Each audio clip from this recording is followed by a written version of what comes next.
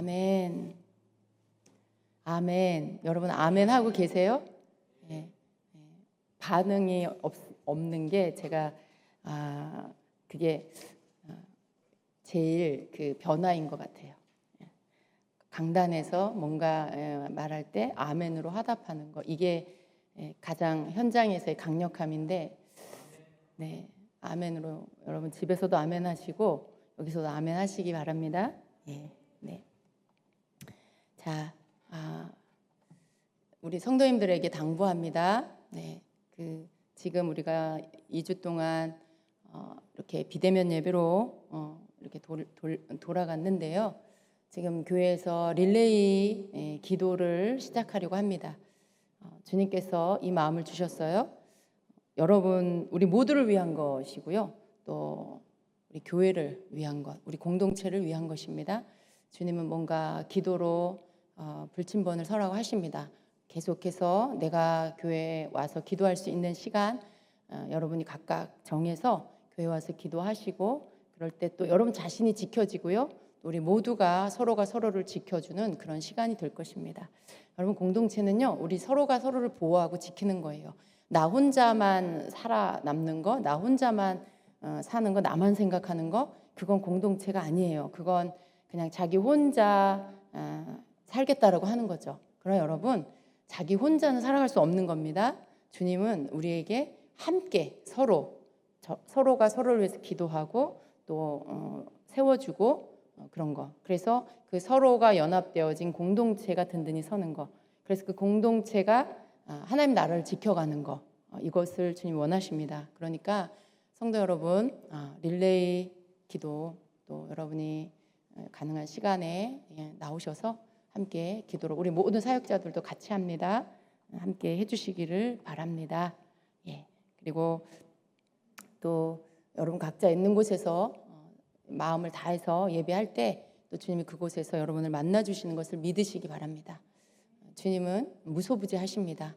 그래서 우리가 어찌할 수 없이 모일 수 없는 때라도 우리가 그곳에서 여러분의 마음을 들여서 예배한다면 주님 그곳에 임재하시고 여러분을 만나 주실 것을 믿으시기를 축복합니다. 아멘. 자, 오늘은 제 21과입니다. 이제 하나님의 음성 듣기인데요. 21과, 오늘은 조금 우리가 내면적인 부분들을 다룰 것입니다. 오늘 제목은 성품 빚어가기입니다.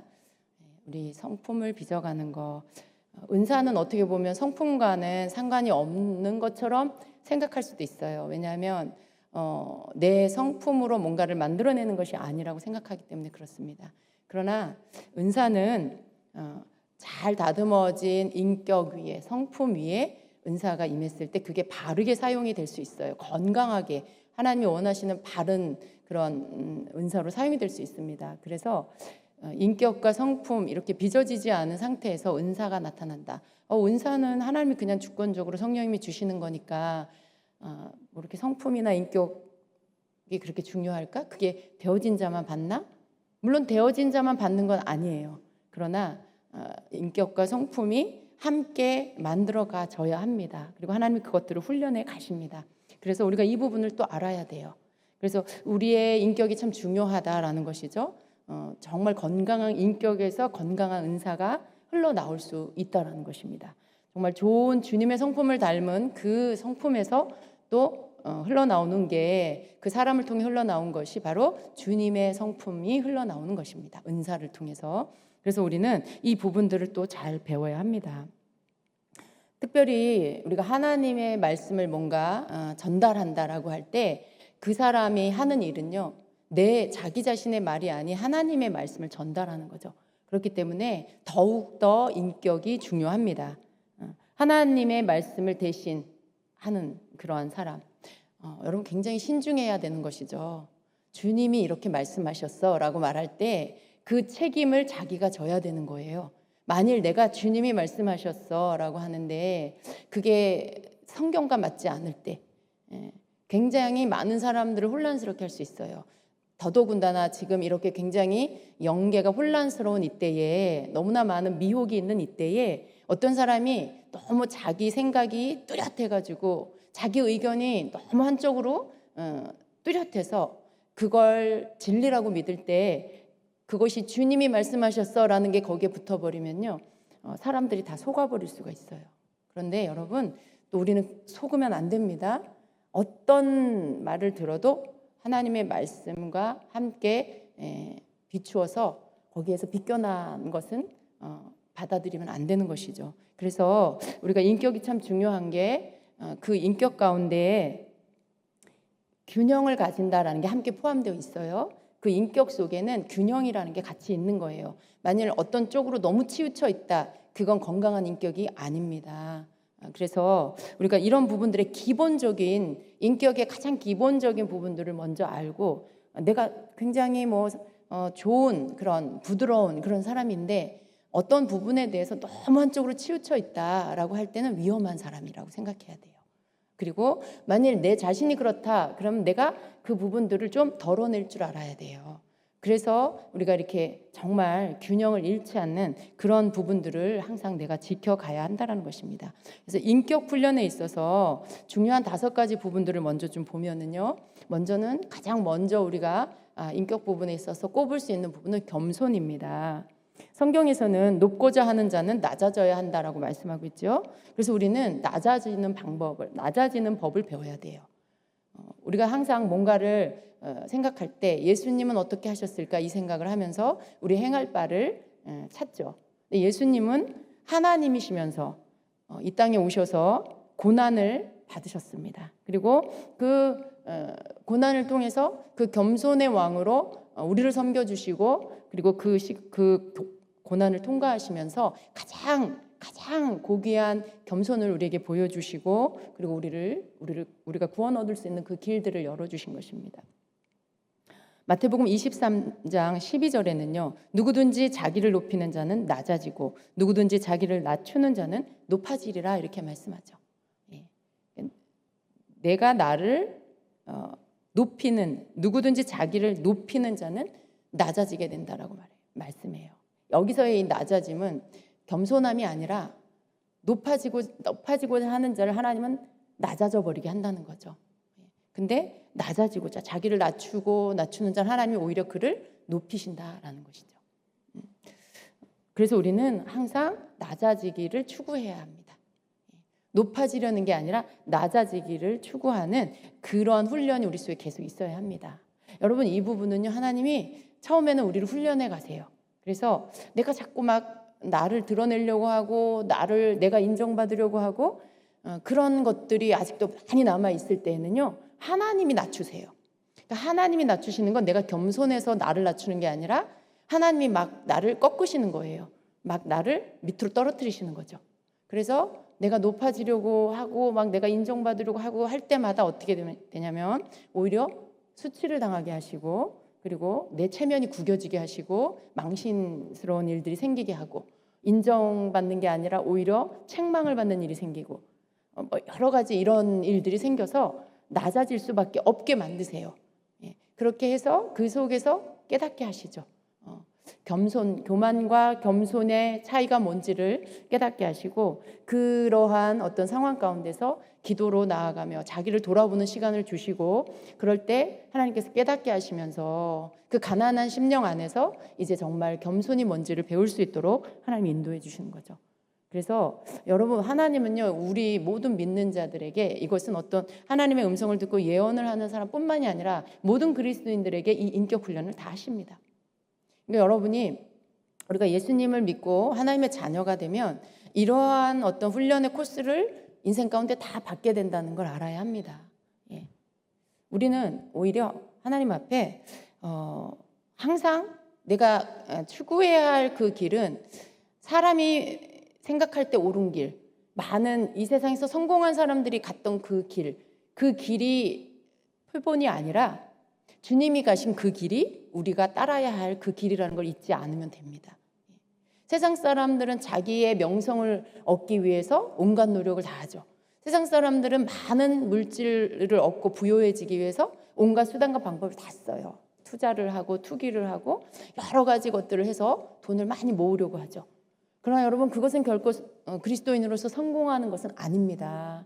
정말 우리가 성공하는 길은요, 예수님이 가셨던 그 길들을 따라가고 예수님의 인격을 닮아가기 위해서 우리가 나 자신을 깨뜨려 나아가는 것, 이것이 우리가 가야 할 그 길입니다. 그래서 겸손은 그리스도인에게 가장 중요한 인격의 요소라는 것을 여러분 잊지 마시기를 바랍니다.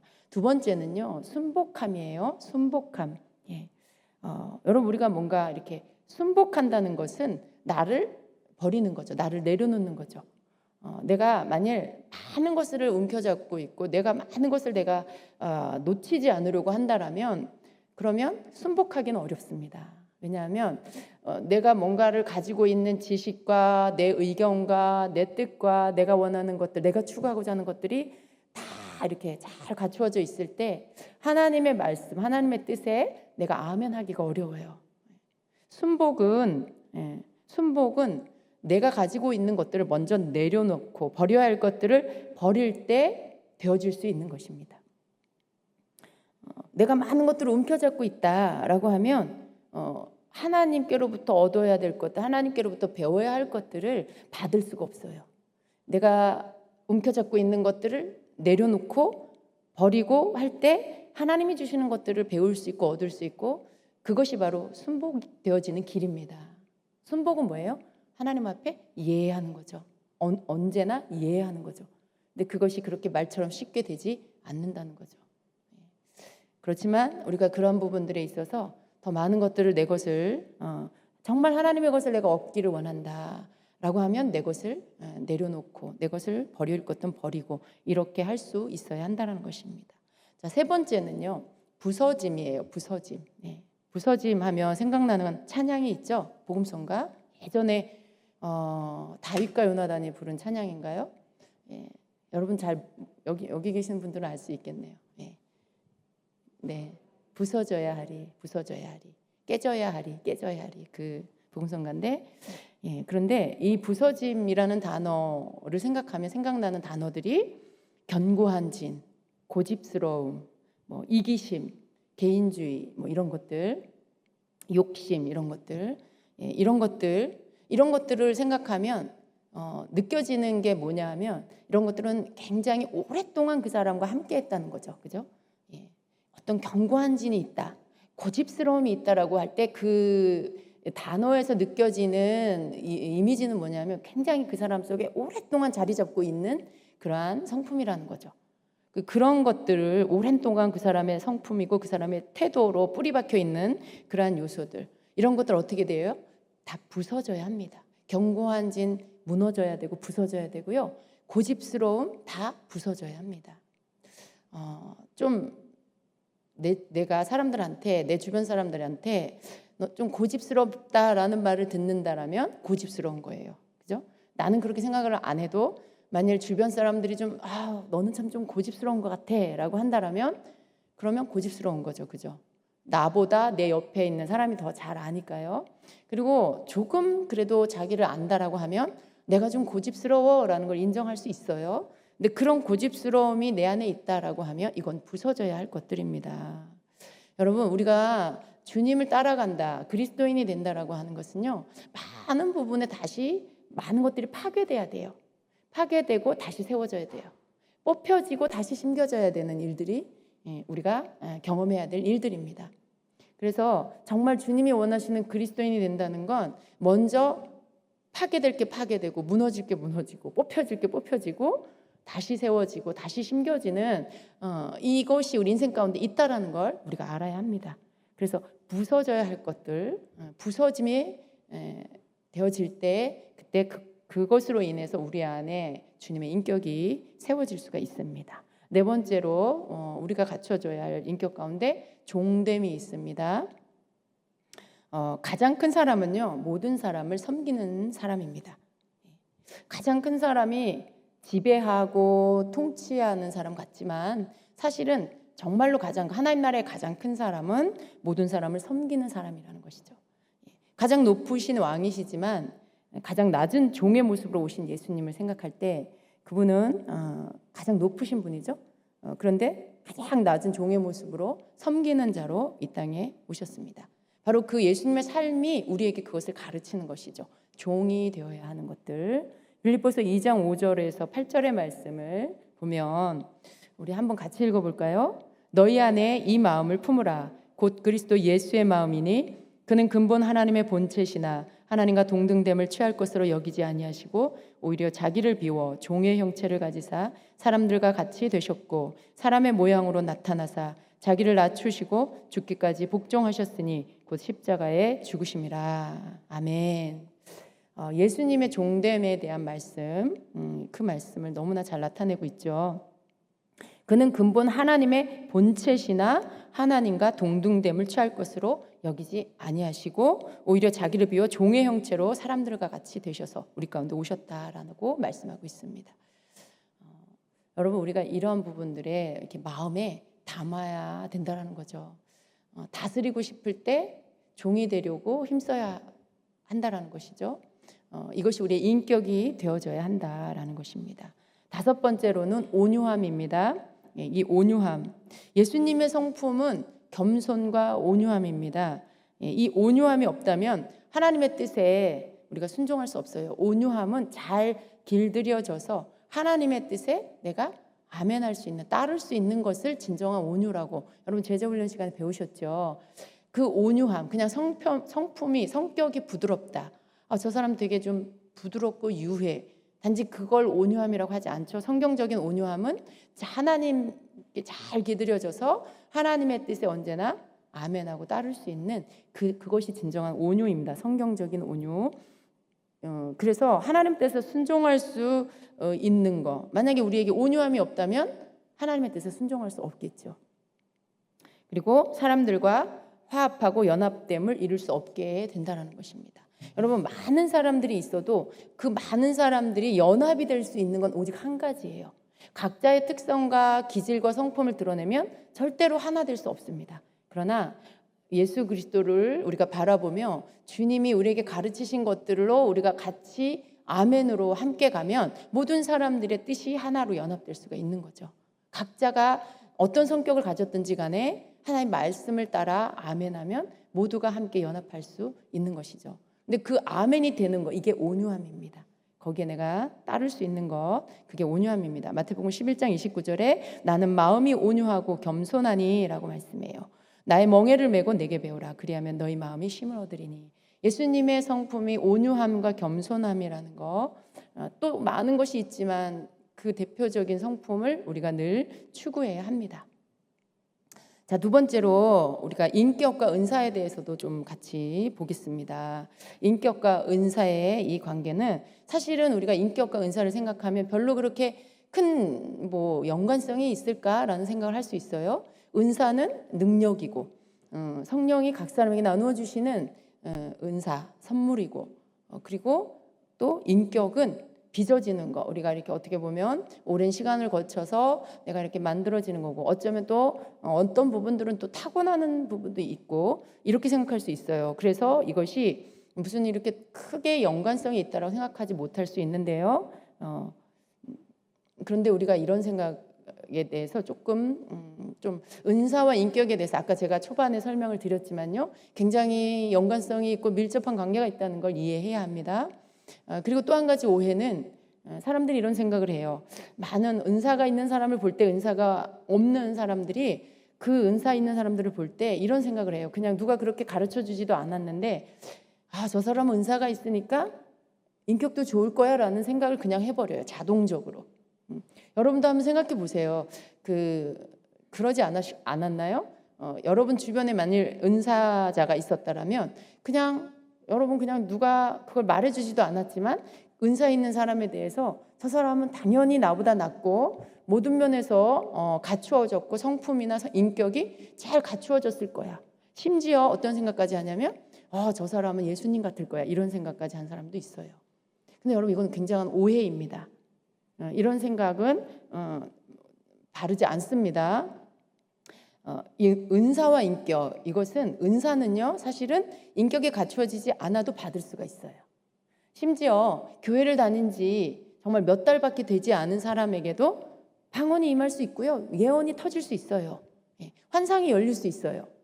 근데 대부분 그런 열정적인 사람들, 막 적극적인 사람들의 성격 속에는 다듬어지지 않은 그러한 성격에 어떤 게 있냐면 열정은 있는데 급한 성격이 있어요. 열정은 있는데 화를 못 참아요. 네. 이런 여러 가지 단점이 있어요. 그럼에도 불구하고 은사가 임해요. 그런 걸 볼 때 인격이 갖추어져야 은사가 임하는 게 아니고요. 은사가 임했다고 해서 인격이 이미 되어져 있다라고 오해하면 안 된다라는 것입니다. 그래서 은사는 주님께서 우리에게 주시지만요, 인격은 다듬어져야 합니다. 인격은 계속해서 빚어져야 하는 영역이라는 것입니다. 성장해 가야 하는 그러한 부분인 것입니다. 그래서 열매라고 했죠. 열매. 은사는 능력이고 인격은 열매입니다. 그래서 성품적인 부분에서 마치 열매가 익어가는 것과 같은 시간이 필요한 것처럼 인격도 성품도 빚어지는 그런 시간들이 필요하다라는 것입니다. 그래서 은사는 온전한 인격 위에서 바르게 사용될 수 있다라는 것. 여러분 자신에게 은사가 임하든 다른 사람에게 은사가 있는 것이 보이든지 간에 여러분이 은사와 인격을 동일선상에 두고 같이 평가해서도 안 되고 자기 자신에 대해서도 그렇게 평가해서도 안 됩니다. 하나님이 나에게 예언의 은사를 주셨으니까 나를 인정해 주신 거야. 내가 모든 면에서 하나님 보실 때 이 은사를 사용할 만하니까 나를 이걸 주신 거야. 그러니까 스스로 자기를 인정해버려. 이건 굉장히 위험해질 수 있습니다. 많은 사람들이 은사가 열리면 교만해지는 이유가요, 거기에서 있어요. 하나님이 나를 인정하셨다. 하나님이 나에게 이걸 줄만해서 주셨다. 내가 저 사람들보다 낫기 때문에 주셨다. 아니요, 천만의 말씀입니다. 그렇지 않습니다. 여러분, 은사는요, 인격과 상관없이 열릴 수 있어요. 그런데 반드시 따라오는 게 뭐냐 하면 인격 훈련으로 들어갑니다. 인격 훈련으로 들어가서 많은 하나님의 다루심이 와요. 그래서 그러한 잘못된 생각들을 깨트려 주시고 그리고 막 굴리십니다. 하나님이 막 좌로 굴러 우로 굴러 그 말은 여러 상황 속에 집어넣으셔서 막 관계성에서 막 깨지게 하시고 또 뭔가 또 내가 가진 은사가 굉장히 나는 굉장히 이걸 믿었는데 뛰어나다고 생각했는데 막 실수가 있고 막 사람들 앞에서 막 실수하고 그런 것들 여러 가지 그런 것들 안에서 막 이렇게 인격 다루심을 하나님이 해 가신다라는 거예요. 그래서 이 인격 훈련은 그냥 인생 가운데 계속 받게 되는 거예요. 계속 깎이고 다듬어지고 또 이렇게 하나님 앞에서 또 너무 솟아오른 건 낮아지게 하시고 또 너무 이렇게 골짜기처럼 패여진 그런 상처와 쓴뿌리는 하나님이 치유하셔서 다시 회복시키시고 이런 모든 것들을 하나님이 이제 해 가신다라는 것입니다. 그래서 은사가 이렇게 주어지게 됐을 때 또 여러 가지 하나님이 이렇게 과정 안에 집어넣으시는데 그 가운데 여러분 사실은 은사가 주어져서 그런 것만은 아니고요. 우리가 그리스도인으로 성장해 나아가는 단계에서 그리스도인이라면 누구나 이 코스를 밟게 됩니다. 이것을 우리가 어떤 그 과정을 학교라고 표현을 한다라면 훈련 학교라고 표현을 한다라면 첫 번째로 하나님 주시는 우리를 집어넣는 그 학교는 바로 깨어짐의 학교예요. 깨어짐이라는 것은 다르게 표현을 하면 내 자아의 죽음이라고 말할 수 있죠. 내 자아가 죽는 거죠. 내 자아가 막 살아서 주장하고 막 내가 막 내 영역들을 막 지켜나가려고 하고 이런 것들 내가 이기고 싶은 것, 싸우고 싶은 것, 지키고 싶은 것 내가 다 지켜. 절대로 다른 사람한테 내가 손해보지 않고 내가 지지 않을 거야. 어떻게 해서든지 내가 내 것을 빼앗기지 않을 거야. 뭐 이런 나로부터 모든 것들을 내가 보호하고 지키려고 하는 거. 나 자신뿐만 아니라 내 모든 영역을 내가 움켜잡고 지키려고 하는 것들. 이런 것들. 여러분, 내가 누군가랑 막 의견이 다른데 지고 싶지 않아. 그냥 쉽게 말해서 뭐 변론일 수도 있고 논쟁일 수도 있고 그게 그냥 말싸움일 수도 있어요. 근데 지지 않기 위해서 계속해서 내가 뭔가를 계속 말한다. 그 사람의 자아가 굉장히 강한 거예요. 어떤 게 됐든지 간에 어떤 그 논쟁 안에서 계속해서 내가 막 끝까지 끝까지 해서 내가 이기고야 말리라 하는 그런 의지가 강한 사람, 굉장히 자아가 강하다고 볼 수가 있어요. 예를 들면 그런 한 가지 안에서도 그 사람의 자아가 굉장히 강하다는 걸 알 수가 있어요. 근데 이 자아의 죽음이라고 불리는 이 훈련을 하나님이 그 안으로 우리를 넣으십니다. 그래서 자신의 경험과 지식으로 얻어진 이 고정관념, 확신 이런 것들을 제거하는 훈련이에요. 그래서 깨어지지 않은 이 그냥 자연인, 여러분 우리가 엄마의 모태에서부터 나와서 이렇게 성장하고 자라는 거, 아직 주님을 만나고 그 안에서 바뀌고 변화되는 이러한 시간 이전에 그냥 자연인이죠. 네, 이런 이 자연인의 상표와 같은 것들이 있어요. 그냥 자연인으로서 주님 만나기 전에 변화되지 않은 그냥 인간으로서의 그 본연의 모습 속에 완고함이 있죠. 강팍함이 있어요.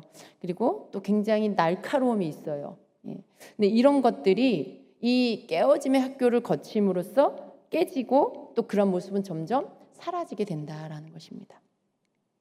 그래서 많은 사람들이 간증하죠. 예수님 믿기 전에 자신과 예수님 믿고 성령님을 모신 이후에 자기 자신, 그런 것들에 많은 변화가 있죠. 그게 자연인으로서의 가지고 있었던 인간 본연의 그런 죄성들, 그것이 이제 예수님을 만남으로 인해 깨어지고 부서지고 그런 다음에 바뀌어진 그런 모습을 간증합니다.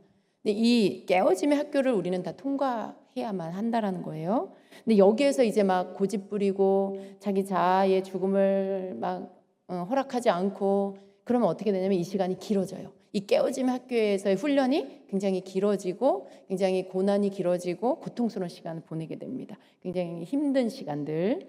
그런데 여기서 이것들이 나의 완고함이 깨지고 나의 이런 강팍함이 깨어지고 나의 이 날카로움들이 다 이렇게 깎여 나가고 이런 시간들을 우리가 거치고 주님이 그렇게 하시도록 나 자신을 그렇게 내어드리고 그렇게 빚어지게 되면 정말 우리는 굉장히 많이 달라지는 사람이 되죠. 정말 통과한 사람, 그 통과한 사람의 특징을 갖게 됩니다. 그것은 반대적인 모습이 나타나는 거예요. 굉장히 자신감이 넘치고 강한 사람, 자기 주장이 뚜렷한 사람이었는데 이제는 조금 뭔가 좀 그전의 사람과 다른 되게 부드러워진 것 같고 말이 없어진 것 같고 그러니까 말이 예전처럼 그렇게 막 하지 않고 목소리도 톤이 좀 낮아진 것 같고 그리고 뭔가 주장하지 않고 그리고 다른 사람에 대한 비판이나 이런 것들도 줄어들고 없어지고 이런 모습들이 보여요. 어떻게 보면 굉장히 연약해 보일 수 있어요. 저 사람 왜 이렇게 연약해졌지? 이렇게 생각이 들 수가 있어요. 근데 그런 것이 이 코스를 통과한 사람들의 특징이라고 할 수 있습니다. 그리고 대표적인 사람으로 야곱을 들 수가 있겠죠. 야곱은 굉장히 약삭빠른 계산적인 자기 이익을 추구하는 그런 사람이었어요. 그런데 그가 형을 만나는 그 어려운 시간 앞에서 이제 그날 밤 하나님의 천사가 씨름을 하죠. 그리고 환도포가 부러지는 그 사건을 경험한 이후에 날이 밝은 이후에 야곱은 전혀 다른 사람이 되었습니다. 굉장히 부드러운 사람, 뭔가 굉장히 낮아진 사람, 그리고 자기를 내어주는 사람이 됐죠.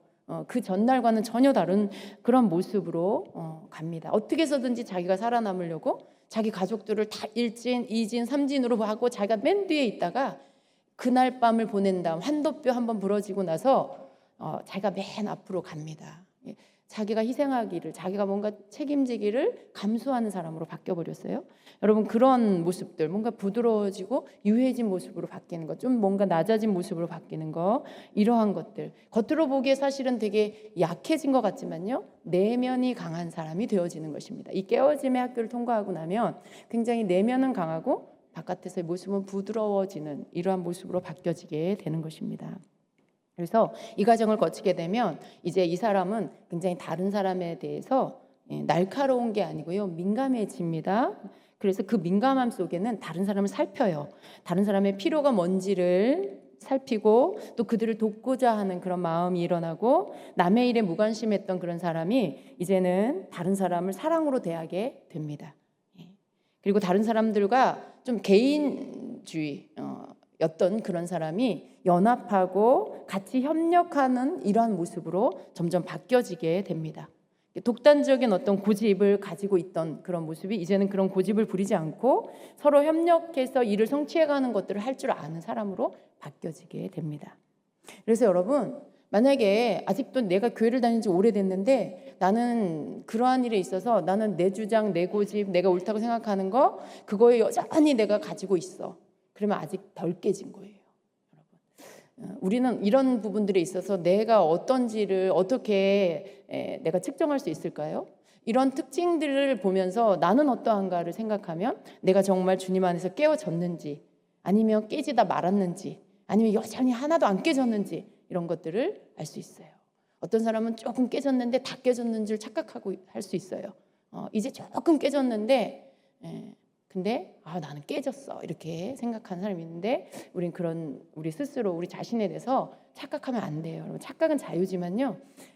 주님 안에서 내가 착각한들 주님의 뜻과 주님이 행하시는 일들은요 그냥 온전히 주님이 이끌어 가시는 거예요. 그래서 우리가 내 자신의 모습들을 살피면서 늘 깨어지기를 주님 앞에 원하는 주님, 내가 아직도 깨어지지 않은 게 있다라면 주님 다 깨지게 해주십시오라고 하는 이런 것들이 있어야 되겠습니다. 그래서 자신이 이제 부족한 사람이라는 것을 인정해요. 그리고 사람들과 함께 연합해야 한다는 것을 배우게 되죠. 다른 사람과 협력할 때 더 많은 일이 이루어지고 더 많은 역사들이 이루어진다라는 것들을 받아들이게 되고요. 그래서 그런 부분들에 함께 협력하는 것들을 배우는, 알게 되는 그런 사람이 되는 것입니다. 자, 두 번째로 이 인격을 다룬받는 이 학교에서는요, 겸손의 학교의 코스가 있습니다. 이 겸손의 학교는요, 사실은 이 겸손이라는 성품 하나님 나라에서 굉장히 중요한 성품 중에 하나입니다. 그리스도인에게는 꼭 필요한 성품인 것입니다. 그런데 우리 삶이나 뭐 여러분 각자의 자리에서 봉사를 하고 섬기고 하는 사역을 하고 하는 그런 모든 일에 사람들 속에는 우리가 다듬어지지 않고 이 과정을 통과하지 않으면요, 나를 자꾸 자랑하고 싶은 마음이 일어납니다. 자꾸 나를 자랑하고 다른 사람들의 이목을 끌려고 하고 내가 좀 이렇게 뭔가 사람들에게 관심 받으려고 하는 이런 것들이 일어난다는 거예요. 그런데 이 겸손의 학교를 통과하면 이런 것들이 점점 사라집니다. 우리가 주님 앞에 세워지는 목적은 뭐냐면 그리스도를 증거하기 위해서예요. 어떤 모습으로든지 어떤 형태로든지 우리 각자가 각자의 영역 안에서 크든지 작든지 그 모든 것들을 통해서 하나님이 우리를 통해 하시고자 하는 일은 예수 그리스도를 나타내는 일이에요. 그래서 그 주님이 영광을 받으시고 사람들 가운데 주님을 더 알게 해서 그들이 하나님께로 더 가까이 올 수 있도록 돌아올 수 있도록 하는 것, 사실은 이게 그리스도인들이 주님 앞에서 세움을 받는 가장 큰 목적입니다. 근데 그것을 위해서 하는 것이에요. 그래서 자꾸 이렇게 나를 드러내려고 하고 내가 자꾸 나를 자랑하고 내가 좀 뭔가 인정받으려고 하는 이러한 우리 속에서 일어나는 것들은 다 버려져야 할 것들이죠. 하나님이 나를 높여주셔. 하나님이 좀 나를 이렇게 주님이 나를 자랑스럽게 여기셔. 아니, 주님이 나를 자랑스럽게 여기는 건 그건 주님 마음이에요. 그런데 내가 나를 너무 자랑스럽게 여기는 건 그건 교만으로 가는 거죠. 내가 나를 너무 자랑스럽게 여겨서 내가 막 너 잘했어. 너 대단해. 그러는 건 굉장히 위험하다는 거예요. 그런 마음을 아예 버려야 돼요, 여러분.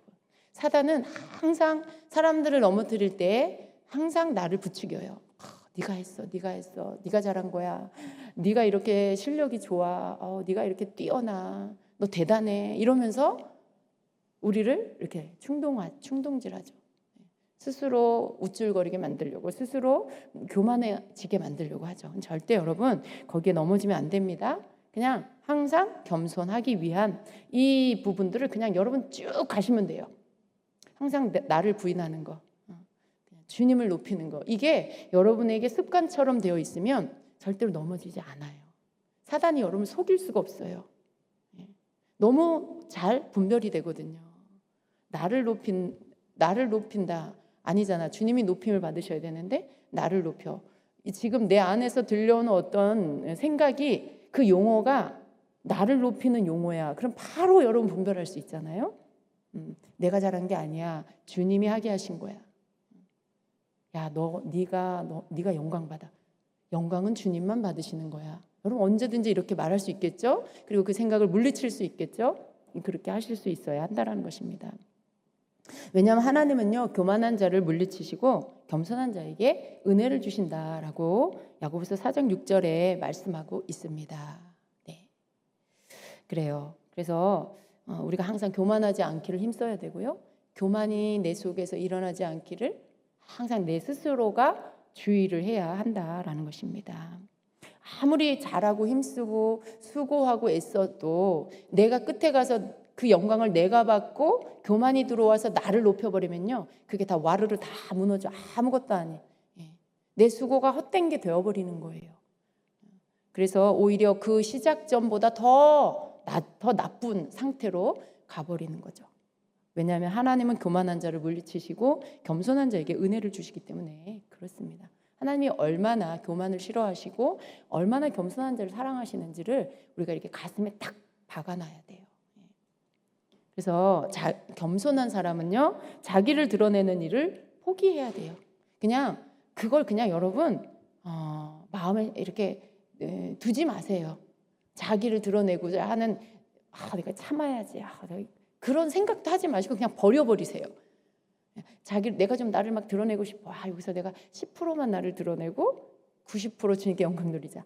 그러면 안 돼요, 여러분. 그건 그냥 틈을 내주는 거예요. 그 10%가 바뀌어서 여러분이 90%, 주님께 10% 이렇게 타협하게 돼요. 절대 속지 마시고 그냥 버려버리세요.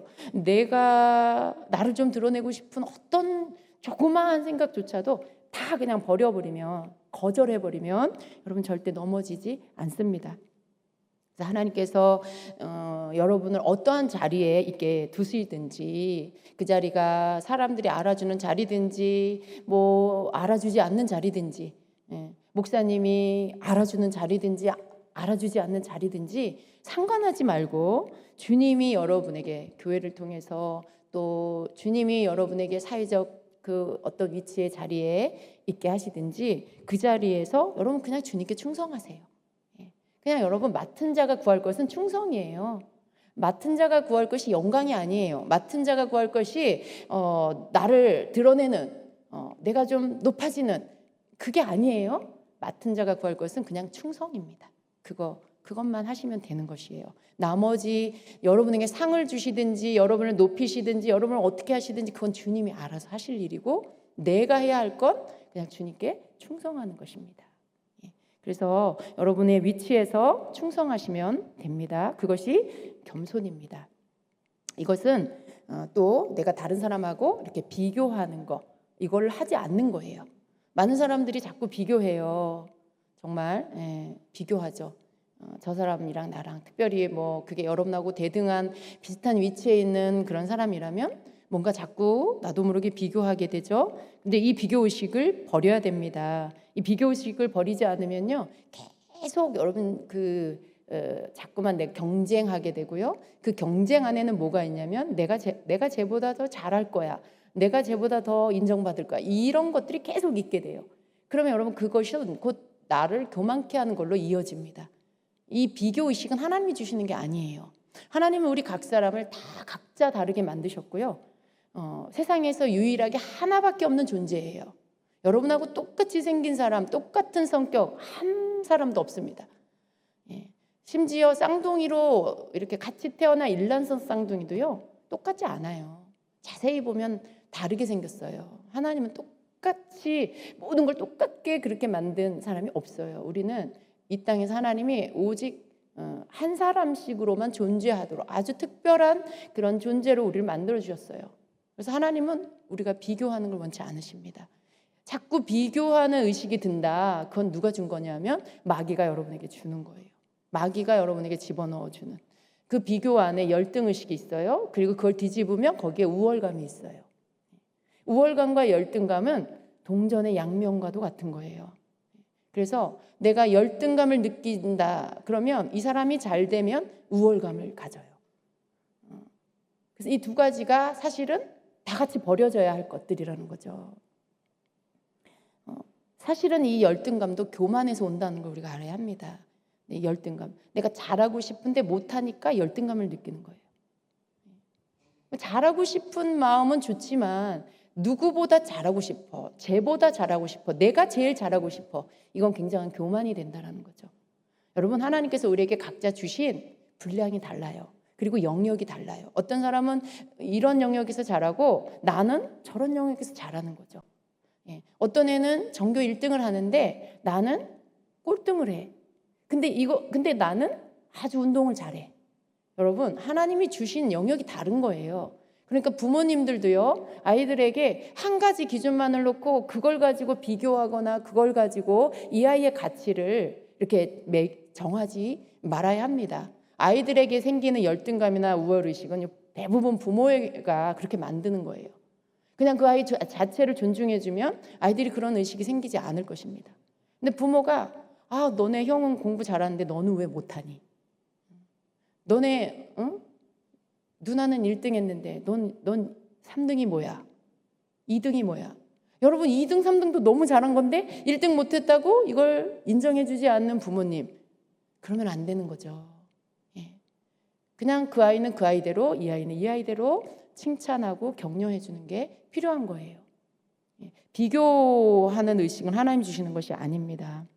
그래서 우리는 인생을 살아가면서 자꾸만 내가 누군가와 자꾸 비교하는 거, 이것들을 받아들이지 말고요, 끊임없이 예수님을 바라봐야 돼요. 하나님이 나에게 주신, 예수님이 걸어가신, 또 주님을 어떻게 내가 기쁘게 할까, 주님을 내가 어떻게 본받을까, 그걸 생각하면서 나에게 주신 영역이 조그맣다, 그럼 거기 안에서 최선을 다하고 충성하면 되는 거고요. 내게 맡겨주신 게 좀 더 크다, 그럼 또 그 안에서 내가 최선을 다하고 충성하면 되는 거고요. 이런 것들 우리 모두에게 필요합니다. 여러분, 그렇게 하시기를 축복합니다. 우리는요, 하나님을 떠나서 나 자신의 내 존재의 이 참모습을 내가 발견할 수가 없어요. 여러분 존재의 가치를 여러분이 알아요? 대부분의 사람들은요, 다른 사람하고 비교를 해서 내 존재의 가치를 매겨요. 내가 쟤보다 잘하면 나는 굉장히 가치 있는 사람이 되고, 내가 쟤보다 못하면 나는 좀 가치가 떨어지고. 근데 여러분, 그거 맞지 않습니다. 거짓이에요. 거짓된 가치예요. 우리의 가치는요, 오직 하나님께서만 매길 수 있어요. 하나님께서만 말씀해 주실 수 있어요. 하나님께서만 그 가치를 매길 수 있는 분이라는 거, 그걸 여러분 믿으시기를 축복합니다.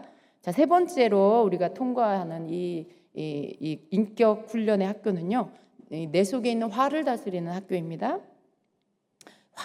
분노, 이거죠. 네, 화는요, 여러분, 이거 하나님이 이것을 우리 가운데서 다 뽑아내세요. 화를 잘 내는 거, 막 불같은 성격, 그런 것들, 여러분, 그런 것들이 다 버려져야 합니다. 우리가 성경에 보면 예수님의 제자 요한이요, 사실은 예수님을 따라다닐 때 그 성품이 어떤 자였냐면 좀 화가 많은 그런 사람이었어요. 우리가 성경을 보면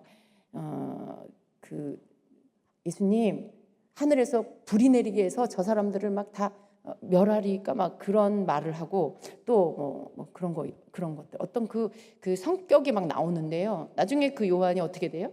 예수님 곁에 가장 가까운, 예수님 사랑하는 그 제자, 요한계시록, 요한복음을 쓴 예수님의 제자, 그 사역을 감당하죠. 요한의 서신을 보면 온통 사랑이에요, 사랑. 근데 그렇게 바뀌어진 거죠. 화가 굉장히 많은 사람, 불같은 성격이 있는 사람이었는데 온유하고 되게 부드러운 사람, 겸손한 사람으로 바뀐 거죠. 화를 다스리는 학교를 통과했어요, 여러분. 하나님께서 이것들을 다 뽑아내십니다. 우리 속에 있는 화를 하나님이 걸러내신다라는 것이죠.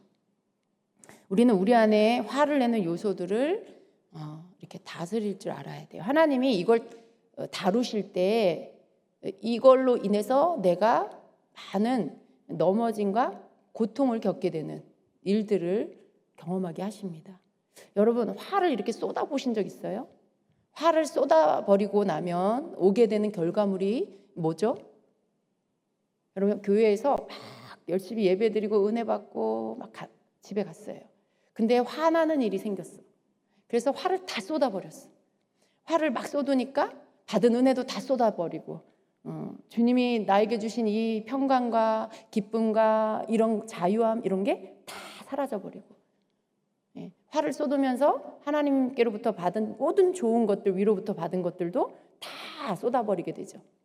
화는 우리로 하여금 하나님이 주신 것들을 다 잃어버리게 만듭니다. 그 예전에 그런 얘기 많이 들었죠. 그 기도원 가서 열심히 기도하고 금식하고 기도하고 은혜 받고 충만해서 내려왔는데 집에 가서 그날 다 쏟아버리는. 왜 그럴까요? 화를 다루지 못해서, 분노를 다스릴 줄 몰라서, 그것들을 절제하지 않고 자제하지 않아서 다 쏟아버린 거죠. 그러니까 여러분, 이게 꼭 밑 빠진 독 같은 거예요. 분을 잘 내는 것은 금간 항아리, 밑 빠진 독에다 은혜를 계속 붓는 꼴이 되는 거죠. 아무리 부어도 차지 않아요. 아무리 하나님의 은혜를 부어줘도 그 사람 내면이 바뀌지 않는 밑 빠진 독이 되는 겁니다. 그래서 이 분노를 내는 거, 화를 내는 이 부분들을 우리가 이제 이 부분들을 하나님 앞에 다룸을 받아야 됩니다. 이러한 것들 자제할 줄 알아야 되는 거, 자제할 수 있는 그런 것들이 필요합니다. 여러분, 이 분노하는 거, 화를 내는 것들을 버리지 않고 계속 갖고 있으면은요, 기회가 되면, 어떤 상황이 되면요, 이것은 그 기회를 타고 반드시 바깥으로 쏟아져 나와서 문제를 일으키게 돼요. 그래서 어떻게 되냐면 다른 사람들을 실족해 만들죠. 되게 이중적인 사람, 정말 열심히 충성돼, 열심히 특심인 사람인데 가정에서는 너무 화를 잘 내. 직장에서도 주변 사람들이 볼 때 저 사람은 너무 화를 잘 내. 예를 들면 또 상사인데 막 너무 분노를 잘 내. 근데 그리스도인이래. 굉장히 이해가 안 되는 거죠. 많은 사람들을 실족해 해요. 어떤 사람들은 그런 윗사람을 두면 교회를 다니다가도 신앙이 아직 생기지 않았는데 이제 겨우 교회를 다니는 초신자인데 교회를 안 다녀버려요. 저는 그런 사람들을 많이 봤습니다. 교회 권사님이라고 하는데 너무 이중적인 인격을 갖고 있대요. 그래서 자기는 교회 다니기 싫어서 안 다닌대요. 근데 그런 사람들이 너무 많아요. 여러분, 내가 이런 성품들을 고치지 않으면요, 나도 모르는 사이에 내가 분노를 쏟고 이럴 때마다 내 주변 사람들을 실족하게 하고 있다는 걸 우리가 알아야 합니다. 실족하게 하는 일. 그리고 또 개인적인 관계 안에서, 특별히 또 가정 안에서는요, 내가 분노를 잘 쏟는다라고 하면 이게 물론 내 안에 있는 이전에 어떤 상처, 쓴뿌리로 인한 것이기도 해요. 그런데 이것이 쏟아졌을 때 여기에 관계된 내가 어떤 사람에게, 내가 가족 누군가에게 분노를 쏜다, 화를 쏟는다라고 할 때 내 이 쓴뿌리와 이 더러운, 이건 더러운 거라고 말할 수 있죠. 이 더러움이 다른 사람들에게 그 상대방에게 묻어요. 그리고 내 상처로 인해 저 사람에게 또 내가 상처를 줘요. 그리고 그 사람에게도 분노가 일어날 수 있겠죠.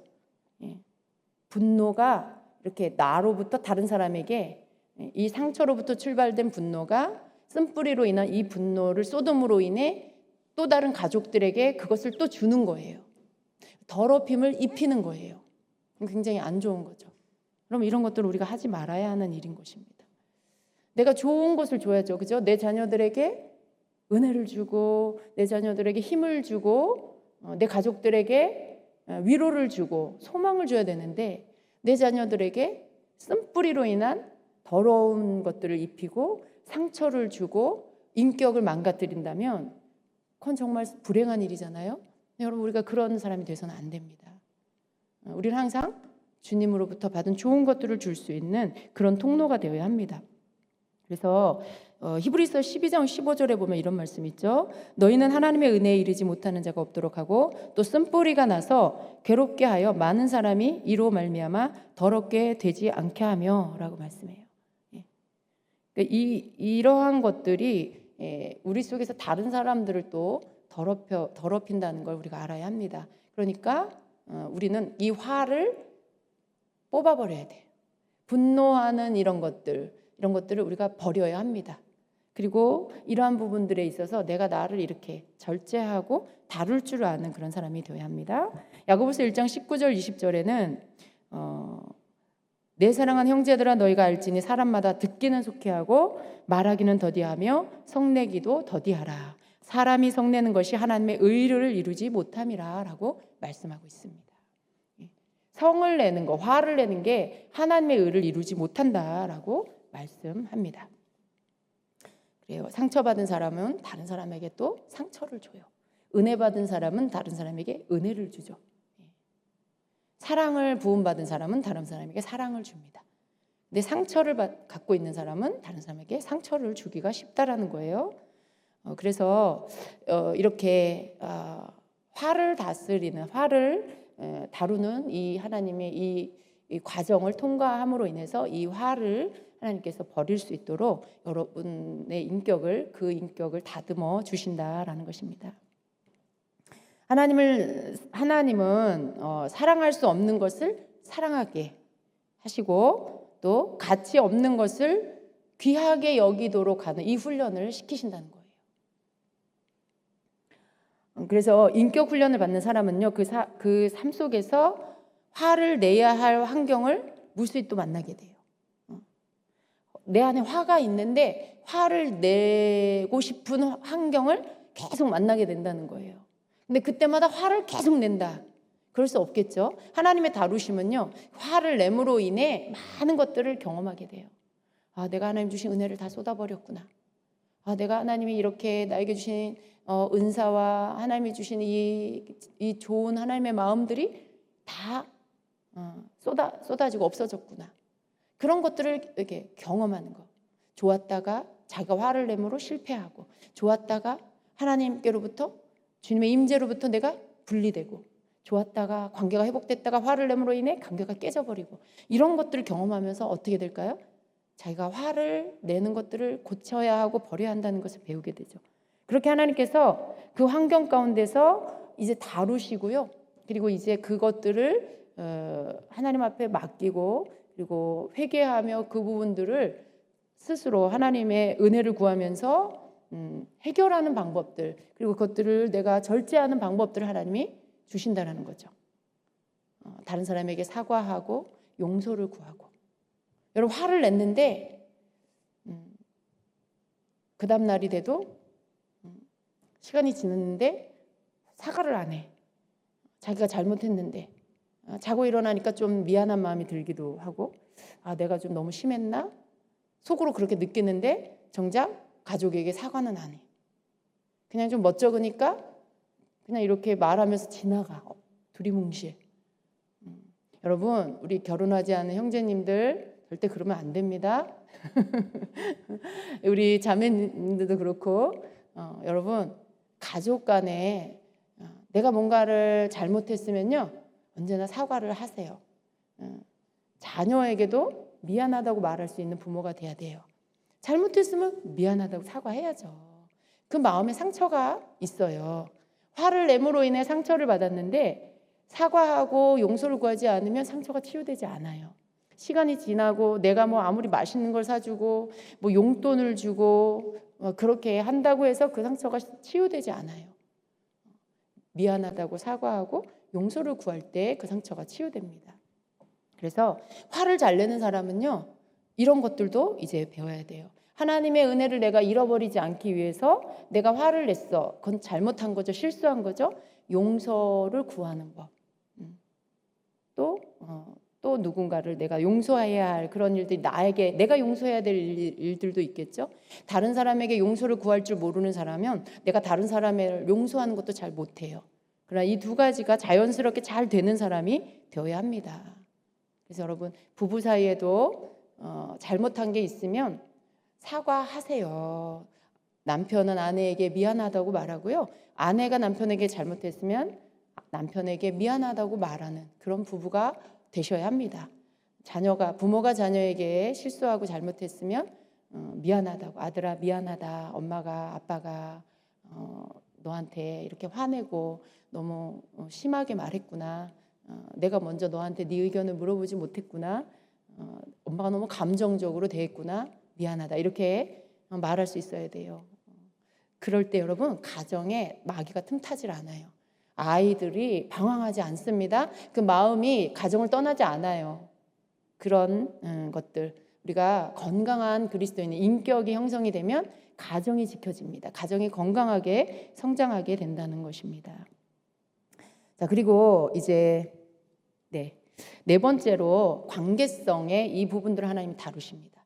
이 관계성을 다루세요. 교회 공동체는요, 이렇게 서로 연결되어져서 함께 지어져 가는 것입니다. 공동체라는 것은 여러 말하자면 그림으로 우리가 생각하면 많은 성도들이 서로 어깨동무를 하고 같이 연결되어서 가는 거예요. 그런 것을 공동체, 교회 공동체라고 합니다. 건물마다 서로 연결되어져 지어져 가는 것, 이것입니다. 그래서 우리가 서로 올바르게 관계를 이루는 것, 이것이 참 필요합니다. 여러분, 교회 안에서 형성되어지는 이 공동체 의식 안에서 서로 연결되고 서로 섬기며 서로 함께 가는 것들이 되어질 때 여러분 일터에 가서 그렇게 할 수 있어요. 여러분 가정에 가서도, 여러분의 어떤 직장이든지 학교든지 어디든지 여러분이 세상에 나가서도 또 그러한 사람이 될 수가 있다는 것입니다. 이것은 우리가 선택하는 게 아니에요. 이것은 우리가 어떤 부수적인 그런 선택사항이 아니고 아주 필수적인 기본 요소라는 거죠. 하나님께서 우리에게 명령하시는 것들입니다. 그래서 함께 가는 거, 독립적인 사람이 되면 안 돼요. 그리고 혼자 고립되는 그런 사람이 되면 안 됩니다. 사람들이 뭔가 함께 하기가 어려워해. 사람들이 자꾸 나를 좀 기피해. 이거 왜 그럴까요? 물론 상황을 봐야 되겠지만 많은 사람들이 나를 좀 기피한다. 그럼 나에게 문제가 있는 거겠죠? 근데 우리는 기본적으로 공동체 안에서 서로 함께 가려는 이 의식이 서로에게 있어야 합니다. 나 혼자 막 간다고 가는 게 아니에요. 가정 안에서도 마찬가지예요. 나 혼자 막 달려간다고 그게 가는 게 아니에요. 하나님은요, 같이 가게 하시거든요. 내가 막 먼저 갔다. 그럼 거기서 기다려야 돼. 나머지 가족들이 거기까지 올 때까지 중보하며 인내하며 사랑하며 기다려야 돼요. 그래서 그런 것들 하나님은 우리가 항상 연합해서 함께 가는, 우리 하나님은 성부, 성자, 성령 삼위 하나님이시잖아요. 세상을 만드실 때도 세 분이 함께 하셨어요. 모든 이 땅의 하나님의 일들을 삼위 하나님이 연합해서 함께 하십니다. 이것을 하나님은 우리 모두에게도 원하시죠. 연합해서 함께 하는 것. 그래서 잠언 18장 1절에 보면 무리에게서 스스로 갈라지는 자는 자기 소욕을 따르는 자라 온갖 참 지혜를 배척하느니라, 이렇게 말씀해요. 이렇게 독립적인 사람이 되면 안 돼요. 고립적인 사람이 되는 건 그 사람이 건강하지 못하거나 굉장히 미숙하다라는 것을 드러내는 그런 모습이라는 것입니다. 그래서 신앙이 점점 성숙해가는 사람들에게서 볼 수 있는 이 두드러진 특징은 뭐냐면 교회를 사랑하고요, 공동체를 귀히 여기고요, 하나님이 세워주신 권위를 귀히 여기고 그 질서 안에서 성장하기를 기뻐한다라는 것입니다. 이게 신앙이 점점 성숙하는 사람들에게서 공통적으로 보여지는 모습이에요. 신앙이 어릴 때는 그런 거 잘 몰라요. 내 신앙만 생각해요. 그런데 신앙이 점점 성숙하면 공동체를 생각하고 권위자를 생각하고 우리를 생각해요. 우리. 그게 신앙이 성숙한 사람들에게서 나타나지는, 그리고 책임지려고 하죠. 뭔가 나에게 주어진 것들에 대한 내가 책임을 지려고 해요. 내가 다른 사람들을 이렇게 나에게 속한 사람들에 대해서 책임지려는 이런 것들이 생기는 것입니다. 이것이 성숙한 사람들에게서 보여지는 그런 모습입니다. 자, 교회 안에서 관계성을 배워야 하는 그 이유가 있어요. 여러분, 권위와 순종, 이게 한 세트죠. 또 스승과 제자 안에서 이 제자도, 그리고 책임질 줄 아는 책임성, 이러한 것들을 교회 안의 관계성에서 배우는 거예요. 그 원리들을 배우는 것입니다. 그리고 이것에 대해서 우리가 잘 배워질 때에 이것을 올바르게 받아들이게 되는 것이죠. 이 관계성은요, 온전한 교회 구조 속에서 교육되고 배워지는 거예요. 관계성을 여러분이 홀로 골방에서 여러분 혼자 뭔가 하면서 관계성이 배워지는 거 아니에요. 어떻게 나 혼자 그걸 배울 수가 있어요? 나 홀로 교회, 내 안방, 나 홀로 교회. 혼자 예배하고 혼자 성경 공부하고 혼자 기도하고 다른 사람들하고 관계를 안 해. 근데 어떻게 관계성에 대해서 하나님이 넣어주신 배워야 할 것들을 어떻게 배우냐는 거예요. 교회에 와도 예배만 딱 드리고 나는 그냥 가버려. 다른 사람하고 아무 관계도 하고 싶지 않아. 여러분 굉장히 독립된 사람, 독립적이고 고립된 사람이 되는 거죠. 관계성 안에서 하나님이 우리에게 가르치시는 게 있어요. 그것을 우리가 교회를 통해서 배워야 한다라는 것입니다. 성경에 보면요, 많은 하나님의 사람들이 이 관계성 안에서 훈련을 받았다는 것을 알게 됩니다. 사무엘은 어려서부터 엘리 제사장 밑에서 성전에서 섬기는 것들을 배웠어요. 또 여호수아는 모세를 통해서 제자 훈련을 받은 거예요. 또 엘리사는 엘리야에게서 제자로서 예언자로서 훈련을 받았죠. 또 디모데와 디도는 바울을 통해서 제자 훈련을 받았습니다. 여러분 성경에 우리가 볼 때 정말 훌륭한 그런 하나님의 쓰임받은 사람들은요, 대부분 자기 혼자 성장한 게 아니라는 거죠. 그 관계성 안에, 그 권위 안에 순종하며 그 제자도 안에서 그렇게 성장하면서 이렇게 건강하게 균형을 갖고 성장해서 결국은 하나님께서 쓰시는 귀한 하나님의 사람들이 된 것입니다. 성경에 권위자 없이 독단적으로 혼자 행동한 사람은요, 이 균형을 유지해야 하는 이 관계성의 결핍으로 인해서 고통을 받거나 잘못된 길로 간 것들을 보게 됩니다. 우리가 보면 엘리야를 보면 엘리야는 혼자 일을 했어요. 어떤 팀 사역이 아니었고요. 혼자 일을 했는데 엘리야가 참 훌륭하게 하나님을 했지만 근데 또 그 가운데 그 삶의 그 사역의 뒷부분에 굉장히 고통스러운 시간을 보냈는데요. 결국 엘리야는 뭐냐면 팀의 가치를 몰랐어요. 관계성의 가치를 몰랐고요. 혼자였기 때문에 또 쉽게 지쳤고요. 또 때로는 불평이 막 쏟아져 나오기도 했습니다. 나중에 하나님 앞에 막 불평하잖아요. 근데 그런 것들이 혼자 했기 때문에 그런 지침이 오고 그런 어떤 고통을 이겨내지 못하는 시간들이 있게 됐다는 거죠. 팀을 이룬다는 건 굉장히 중요한 거예요, 여러분. 함께 일하는 거.